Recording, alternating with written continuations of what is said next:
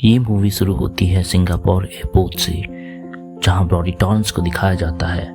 Brody Torrance Trailblazer Airlines का एक captain है। कैप्टन टॉरेंस की बेटी डेनियला उसे वीडियो कॉल करती है। कैप्टन टॉरेंस डेनियला को बताता है कि उसकी फ़्लाइट पहले टोक्यो जाएगी और फिर होनोलुलु, और फिर वो न्यू ईयर सेलिब्रेशंस के लिए घर में उसके साथ रहेगा। कैप्टन टॉरेंस अब प्लेन की कॉकपिट में पहुंच जाता है। वहां को पायलट सैमुअल से मिलता है। सैमुअल कैप्टन टॉरेंस को बताता है कि आज उन्हें कठिनाई का सामना करना पड़ सकता है क्योंकि मौसम खराब होने की पूरी संभावना है। तभी एक ऑफिसर कैप्टन टॉरेंस को बताता है कि उन्हें फ़्लाइट को शॉर्टकट रूट से ले जाना होगा क्योंकि फ़्लाइट में केवल 14 पैसेंजर्स है, जो कि बहुत कम है। कैप्टन टॉरेंस उस ऑफिसर से पूछता है कि अगर मौसम ख़राब हो तो क्या वो फ़्लाइट की रूट को चेंज कर सकता है, पर वो ऑफिसर इसकी इजाज़त नहीं दी और वो ऑफिसर वहाँ से चला जाता है। इसके बाद एक एयर होस्टेस कैप्टन टॉरेंस को बताती है कि उन्हें बाहर आकर एक स्पेशल पैसेंजर से मिलना चाहिए, जो कि एक खूनी होता है और उसका नाम लुइस है। लुइस को एक पुलिस ऑफिसर उसी फ्लाइट से टोक्यो ले जा रहा है। ये जानकर कैप्टन टॉरेंस हैरान रह जाता है। अब कैप्टन टॉरेंस की फ़्लाइट टेक ऑफ कर चुकी है और कुछ देर उड़ान भरने के बाद मौसम खराब होना शुरू हो जाती है। कैप्टन टॉरेंस की प्लेन एक खतरनाक तूफान के बीच से गुजरती है। प्लेन पर बिजली गिरने से प्लेन की इलेक्ट्रिसिटी सप्लाई और नेविगेशन कुछ भी काम नहीं करता। कैप्टन टॉरेंस की फ़्लाइट अब भी तूफान के बीच फंसा है और फ्लाइट का कनेक्शन भी टूट गया है। इधर पुलिस ऑफिसर का मोबाइल हाथ से सिटक जाता है और वो अपने मोबाइल को उठाने के लिए सीट बेल्ट खोल लेता है। ये देखकर एक एयर होस्टेस उसे ऐसा करने से मना करती है और वो खुद भी अपनी सीट बेल्ट खोल उसे रोकने जाने लगती है, पर हैवी टर्बुलेंस के कारण दोनों को चोट आती है और दोनों ही मारे जाते हैं। कैप्टन टॉरेंस प्लेन को कंट्रोल करने की पूरी कोशिश करता है। आखिरकार कैप्टन टॉरेंस को कामयाबी मिलती है और वो प्लेन को तूफान से निकाल लेता है। अब कैप्टन टॉरेंस को जल्द ही प्लेन को लैंड करवाना होगा क्योंकि प्लेन सिर्फ बैटरी बैकअप पर उड़ रही होती है। कैप्टन टॉरेंस प्लेन को पानी में उतारने का मन बनाता है, पर तभी एक अनजान टापू में उसे रास्ता दिखता है और वहीं प्लेन को लैंड कर देता है। अब कैप्टन टॉरेंस को पायलट सैमुअल, 2 एयर होस्टेस और बचे हुए 12 पैसेंजर्स प्लेन से एक एक कर सुरक्षित बाहर निकलते हैं।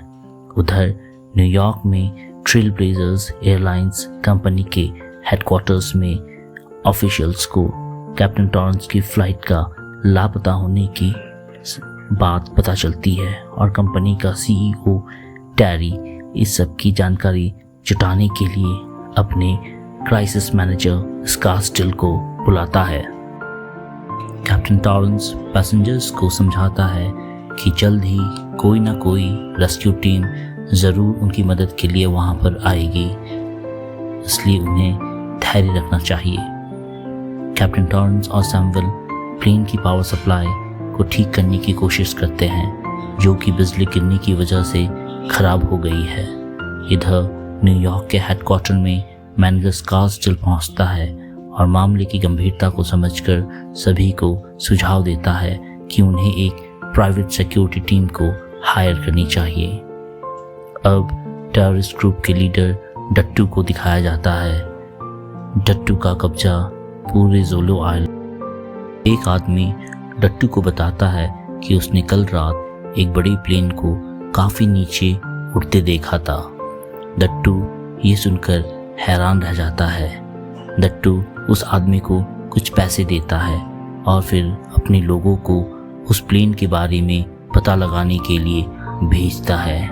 इधर सैमुअल प्लेन की पावर सप्लाई को ठीक कर रहा होता है और उसे कामयाबी मिल जाती है। वो प्लेन की पावर सप्लाई को रिस्टोर कर लेता है। इधर कैप्टन टॉरेंस और कैदी लुइस मदद ढूंढते हुए एक मकान के अंदर पहुंचते हैं। कैप्टन टॉरेंस को एक टेलीफोन दिखता है और वो एयरलाइंस हेडक्वार्टर कॉल करने की कोशिश करता है। मैनेजर स्कार्सडेल प्राइवेट सिक्योरिटी टीम को जल्दी इस मिशन को कंप्लीट करने के लिए कहता है। इधर कैप्टन टॉरेंस की कॉल न्यूयॉर्क हेडक्वार्टर में कनेक्ट हो जाती है, पर अच्छे से बात नहीं हो पाती। इसके बाद वो अपनी बेटी डेनियला को कॉल करता है और हादसे के बारे में सारी बात बताता है। कैप्टन टॉरेंस डेनियला को ये सभी जानकारी न्यूयॉर्क हेडक्वार्टर में बताने के लिए जल्द से जल्द कहता है। तभी एक टेररिस्ट कैप्टन टॉरेंस को पीछे से हमला कर देता है और दोनों में लड़ाई होती है और कैप्टन टॉरेंस उसे मार डालता है। इसके बाद लुइस और कैप्टन टॉरेंस को एक वीडियो कैमरा मिलता है जहां वो देखते हैं कि डट्टू कैसे फॉरेनर्स को किडनैप कर उन्हें टॉर्चर करता है और उन्हें छोड़ने के लिए उनसे पैसों का डिमांड करता है। ये सब देखने के बाद दोनों अपने प्लेन की तरफ जाते हैं। इधर डट्टू और उसके लोग प्लेन को ढूंढ निकालते हैं और पैसेंजर्स को अपने कब्जे में ले लेते हैं। कैप्टन टॉरेंस और लुइस भी अपनी प्लेन की तरफ आ रहे होते हैं। तभी उन्हें डट्टू और उसके लोग दिखाई देते हैं जिन्होंने सभी पैसेंजर्स को बंदी बना लिया है। ये सब देख कैप्टन टॉरेंस और लुइस छुप जाते हैं। डट्टू का वफादार हसन सभी पैसेंजर्स से मारपीट करता है और सैमुअल से सभी पैसेंजर्स के बारे में पूछताछ करता है। ये देख एक कोरियन कपल काफ़ी डर जाते हैं और वो वहाँ से भागने की कोशिश करते हैं, पर दोनों को ही मार दिया जाता है। इसके बाद डट्टू सभी पैसेंजर्स को एक बस में डालकर वहाँ से अपने साथ अपने अड्डे ले आते हैं।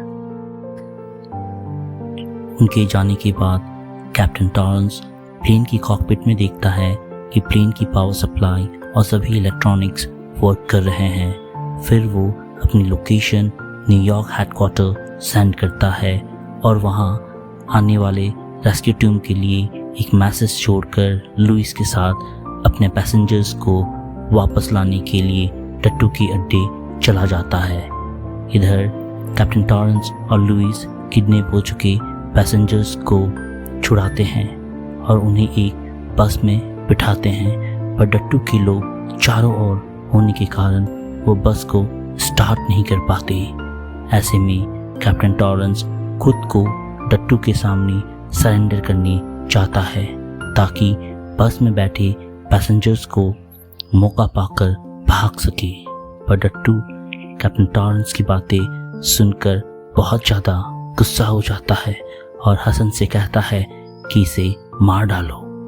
और तभी वहाँ प्राइवेट सिक्योरिटी टीम आ जाते हैं और ताबड़तोड़ फायरिंग कर कैप्टन टॉरेंस और बाकी पैसेंजर्स को वहाँ से निकालकर प्लेन के पास ले आते हैं। कैप्टन टॉरेंस सभी पैसेंजर्स को समझाता है कि यहाँ से बचने का एक ही उपाय है कि उन्हें प्लेन को उड़ाकर कहीं दूसरी जगह ले जाना होगा, नहीं तो कुछ ही देर में डट्टू और उसके लोग आकर उन्हें गोलियों से भून डालेंगे। और कुछ देर बाद डट्टू और उसके गैंग वहां आ पहुंचते हैं। सभी पैसेंजर्स प्लेन के अंदर आ जाते हैं। प्राइवेट सिक्योरिटी टीम एक बार फिर ताबड़तोड़ गोलियां चलाती है। कैप्टन टॉरेंस को एक गोली पैर पर लगती है। कैप्टन टॉरेंस प्लेन के अंदर पहुंच जाता है और वो प्लेन को स्टार्ट करता है। कैप्टन टॉरेंस न्यूयॉर्क हेडक्वार्टर में बात करता है और कहता है कि प्लेन की नेविगेशन काम नहीं कर रही, इसलिए मैन्युअली उसे गाइड किया जाए और पास ही अगर कोई लैंडिंग स्पॉट हो तो उसे बताए, क्योंकि प्लेन में फ्यूल बहुत ही। लुइस को प्राइवेट सिक्योरिटी टीम द्वारा लाए गए नेगोशिएशन के लिए रुपयों से भरा बैग मिलता है और वो उस बैग को अपने पास ही रख लेता है। लुइस उस प्लेन पर नहीं चढ़ता।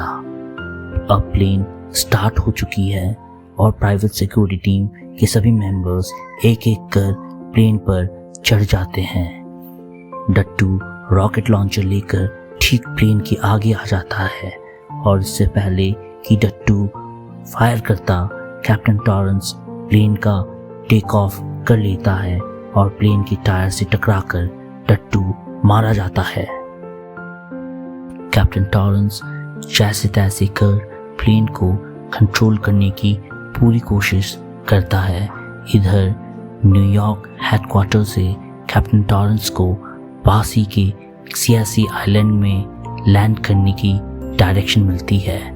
कैप्टन टॉरेंस प्लेन को ठीक से सियासी आइलैंड पर लैंड करता है और इमरजेंसी ब्रेकिंग कर प्लेन को रोक लेता है।